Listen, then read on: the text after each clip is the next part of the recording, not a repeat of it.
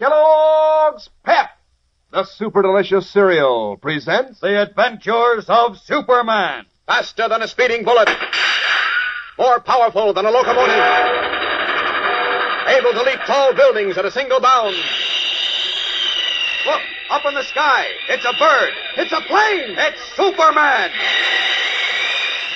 Convinced that Clark Kent is Superman, Der Teufel, a brilliant half-mad Nazi scientist, and Henry Miller, whom Teufel has transformed into an atom man, able to destroy anything in his path, have begun their plot to conquer Superman and then the world. Posing as a young newspaperman, Miller secured a position as reporter on the Daily Planet, where he made friends with Kent and Jimmy Olsen. During Kent's absence from the office, Miller told Editor White that he had received a tip on a big story and received permission to follow the tip with Jimmy. As we continue now, 40 miles north of Metropolis, Miller, the deadly atom man with the unsuspecting Jimmy at his side, is driving a small roadster through lonely, hilly country skirting the sea. It is mid-afternoon. The sky is gray and overcast. Listen.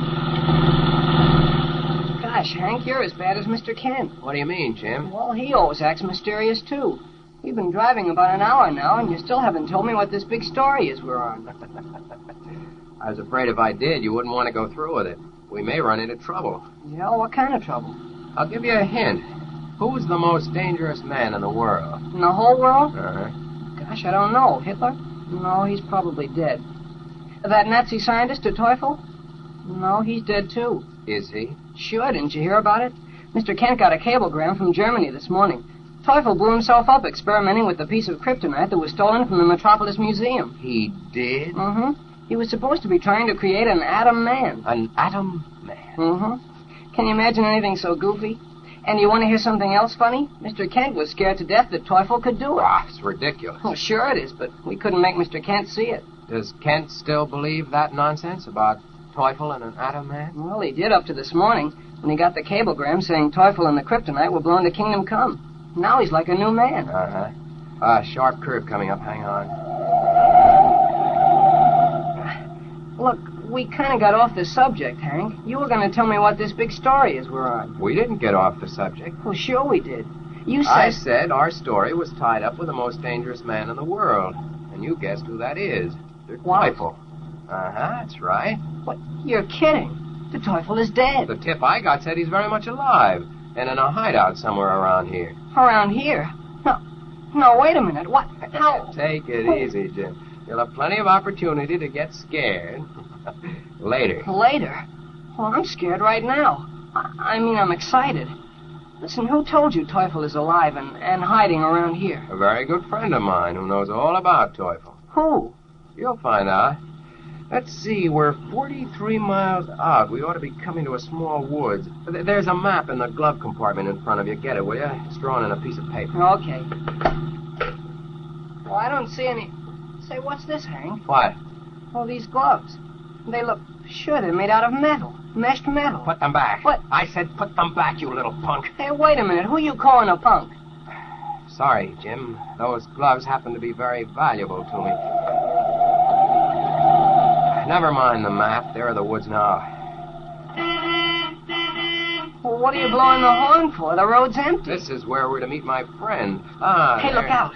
2 men jumped out on the road. Those are my friends. They were waiting in the woods. Are you sure? They look pretty tough. Especially the big guy in overalls. They're tough, all right, as you'll find out. I'll find out. Well, what do you mean? Ah, you have young Olsen.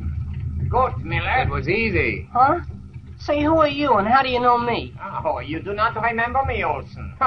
You and I, yeah, and Miss Lois Lane, too, spent quite a bit of time together about a year ago. What? You're Teufel.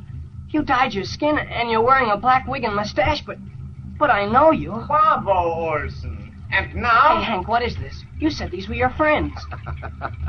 They certainly are. Very good friends. What? You look very stupid with your mouth open, Olsen. If you will step out of the car, please, we shall go to a place where we can renew our acquaintance. What? Hey, now, wait a minute. Give me a hand with him, Willie. Just leave him to me, Teufel. Let go. Cut it out. Let go, I say. What's the idea? Come on. Hey, Hank, don't let... Oh, now I know. You're with them, you dirty Nazi. Help! Help! Stop this noise and take him to the cabin, Billy. I will be there shortly. Okay, Teufel, shut up. Shut up, I said, or I'll let you have it. Come on. So far, you've done well, Miller. Now we are ready for Superman.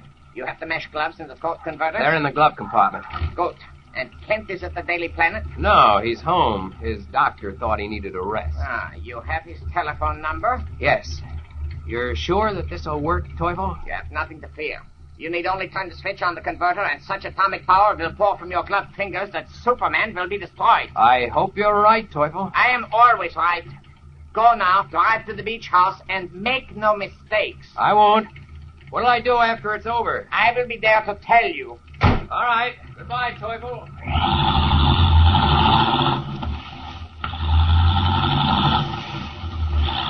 Leaving the Teufel standing in the road, Henry Miller, the Atom Man, drives rapidly away. A half hour later, Clark Kent's telephone rings. Hello? That you, Mr. Kent? Yes. This is Henry Miller. Listen, Jim Wilson and I came out here on a story. Yes, I know. The chief told me. Well, we ran into trouble. Bad trouble. What happened? Jim. Yes? What about Jim? Mr. Kent, you've got to do something. I wanted to call the police, but Jim insisted I call you. Well, tell me what's wrong. Where are you? I haven't time to tell you. They'll be back any moment. They said they're going to shoot us. Where are you, Miller? At a beach house a few miles north of Grant Crossing, but you've got to hurry. All right. Take it easy, Miller. Take it easy. A beach house north of Grant Crossing? Yes. I'll be there in a few minutes. A few minutes? It's 50 miles from Metropolis. I'll contact Superman. You and Jim sit tight, Miller. Don't worry. Superman will be right out. Hanging up, Clark Kent swiftly resumes his true identity of Superman, never suspecting that he is being lured into a trap baited with Jimmy Olsen, a trap waiting to be sprung by the Atom Man. We'll return in a moment for the thrill-packed climax of today's episode. But right now, here's a word from your announcer.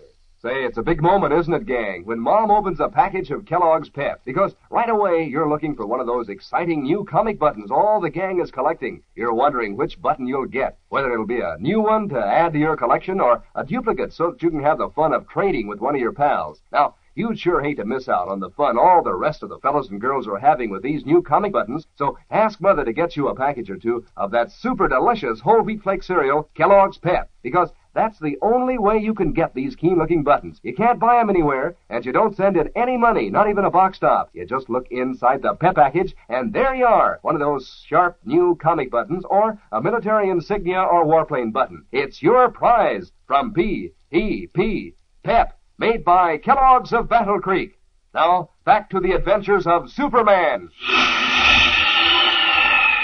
In a cabin set on a vast, lonely beach edged by a forest, Henry Miller, the Atom Man, has just completed his phone call to Clark Kent. Now, swiftly, he straps a small square metal box around his throat, directly over his jugular vein. This is the converter, in which a tiny electronic tube at the turn of a switch will flash an impulse to the kryptonite in his blood and send atomic energy rushing to his fingertips, from where it will emerge in an unbroken stream of terrible, shattering power. Quickly, then, he pulls on his meshed gloves of platinum and thorium, throws a scarf around his neck, and has just time to clasp his strangely gloved hands behind his back as a strong burst of wind is heard above the cabin, and then a thud as of a giant dropping to earth. A timeless moment, and the door of the cabin is flung open, and Superman in blue costume and red cape strides into the room. Miller, what happened? Where's Jim? Welcome, Superman. All right, never mind that. Where's Jim, I say? He's with the Teufel. What? Der Teufel? Yes. What are you talking about? What's that on your throat? You'll see in a moment, Superman. Miller, what are you doing? What's that strange noise? And what are those gloves you're wearing? You'll see that in a moment, too. Great Scott, what happened to your voice? Miller! You can stop calling me Miller from now on. Let me introduce myself. I am the Atom Man. No. Don't try to move. You're helpless now. No. Stand back. Don't come near me. Raising his weirdly gloved hands, the Atom Man slowly advances on the Man of Steel, who, helpless, stands rooted to the spot as all the miraculous strength in his massive superhuman muscles drains away. Step by step, the atomic monster in human form moves forward. Finally, he stops, and his thin lips curl in a deadly smile. This is the end, Superman. In a moment, you'll die. Now!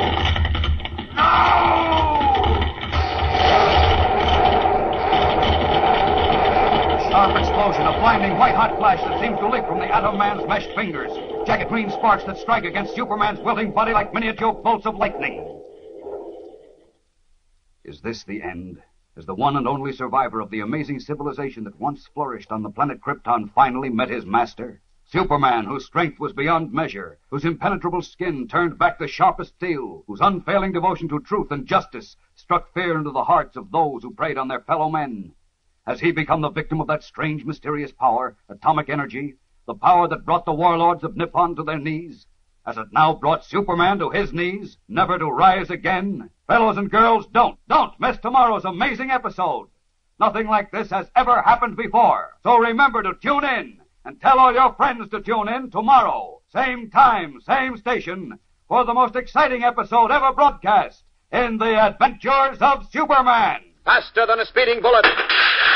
More powerful than a locomotive. Able to leap tall buildings at a single bound. Look, up in the sky. It's a bird. It's a plane. It's Superman. Fellows and girls, be sure to follow the Adventures of Superman, brought to you every day, Monday through Friday, same time, same station, by the grand old Kellogg Company of Battle Creek. And for other thrilling adventures of Superman, see your local newspaper. Superman is also a copyrighted feature appearing in Superman DC publications.